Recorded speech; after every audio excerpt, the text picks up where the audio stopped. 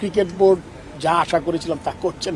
সাকিব আল হাসান এখন তার যেই আইনগত দিকগুলো আছে এটা গভর্নমেন্টের সাথে বসতে হবে, আইনিভাবে লড়াই করি তার আসতে হবে। মাশরাফি তো আপনি জানেন যে অ্যাজ এ ক্যাপ্টেন সে কি করেছে বাংলাদেশের জন্য। সাকিব আল হাসানের ব্যাপারটা আমি বলেছিলাম যে এইটা এখন যেই পর্যায়ে আছে বোর্ডের থেকে আমরা আমাদের পজিশনটা ক্লিয়ার করেছি। সাকিব আল হাসান এখন তার যেই আইনগত দিকগুলো আছে এটা গভর্নমেন্টের সাথে বসতে হবে, আইনিভাবে লড়াই করি তার আসতে হবে এবং লড়াই করার পরে সে যদি অ্যাভেলেবল ফর সিলেকশনে তারপরে আসবে সিলেকশনের ব্যাপারটা। নতুন সিলেকশন প্যানেল হয়েছে, তারা চিন্তা করবে তার ফিটনেস কী করবে না কতটুকু দরকার। তবে Shakib is a player, is a brand, যেটা বাংলাদেশ ক্রিকেটে আমার মনে এখনো যে অবস্থায় সে আছে তাতে করে একটু ঝালাই করলে সে বাংলাদেশ খেলতে করছে। আপনি দেখেন আমি যখন প্রেসিডেন্ট ছিলাম আমি অনেক অ্যাক্টিভ ছিলাম ওর ব্যাপারে।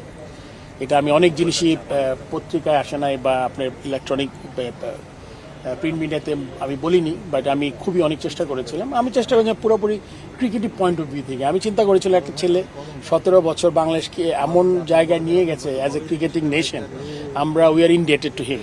তার আরেকটা পরিচয় যেটা সে পলিটিশিয়ান, সে একটা পতিত সরকারের সাথে সে যুক্ত ছিল এবং তার ভুল ত্রুটি থাকতে পারে, কিন্তু আমি তাকে ক্রিকেটিং দিক থেকে চিন্তা করে মনে করেছিলাম যে তাকে যদি আমরা দেশ থেকে বিদায় দিতে পারি তাহলে এর চেয়ে ভালো কিছু হবে না, কেননা তাহলে আমরা একটা সুন্দর দৃষ্টান্ত রাখতে পারবো। বাট আমি আবার যেটা বললাম যে ওনার যেই আইনগত যে দিকগুলো আছে ওইটা আসলে ক্রিকেট বোর্ডের তেমন কিছু করার না। মাশরাফির ব্যাপারটা তো আমি জানি না ওর আইনগত কোনো প্রবলেম আছে কিনা, এটা আমি জানি না। বাট মাশরাফি তো আপনি জানেন যে অ্যাজ এ ক্যাপ্টেন সে কি করেছে বাংলাদেশের জন্য। এটা যদি আমি আজকে যেমন আমার সম্বন্ধে আপনারা অনেক কথা বলবেন, এটা বলে কিন্তু আপনাকে আমার বাংলাদেশের ক্যাপ্টেন থেকে বাদ দিতে পারবো না, এটা হয়ে গেছে। মাশরাফি বাংলাদেশ ক্রিকেটের জন্য যে অবদান ছিল ওইটা কিন্তু ইটস লাইক রিটেন দে। আমরা ওয়ান ডে টিম আজকে যে অবস্থায় এসছে বা ওর সময়টার মধ্যে যে জায়গায় দাঁড়িয়েছিলাম ওটার পিছনে বিরাট ভূমিকা ছিল পুরো টিমটাকে একত্রে করার। সো সেই দিক থেকে বিবেচনা করলে ওর যদি অন্য কোনো সমস্যা না থাকে সে যদি আসতে পারে বোর্ডে আসবে, এটার যে দায়িত্ব আমি